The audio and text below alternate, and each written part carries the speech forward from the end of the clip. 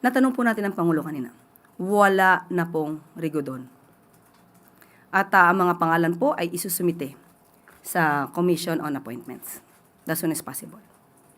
So, ma'am, follow-up lang, ire-reappoint sila lahat, yung mga nasa acting capacity. Ang sabi po lang sa atin, ang mga pangalan na magiging secretary ay ibibigay po at isusumite sa Commission on Appointments. So we're expecting cabinet revamp anytime soon, Yusek?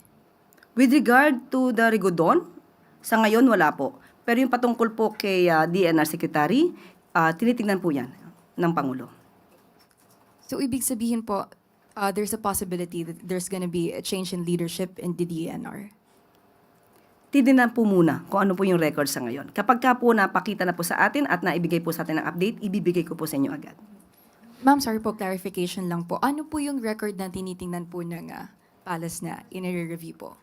Ang nasabi po ay nagkaroon na po ng pangatlo na pag-bypass sa kanyang appointment. So, tinitingnan po yung records ngayon ng Pangulo at ng PMS at tignan po natin kung ano po ang magiging update tungkol dito.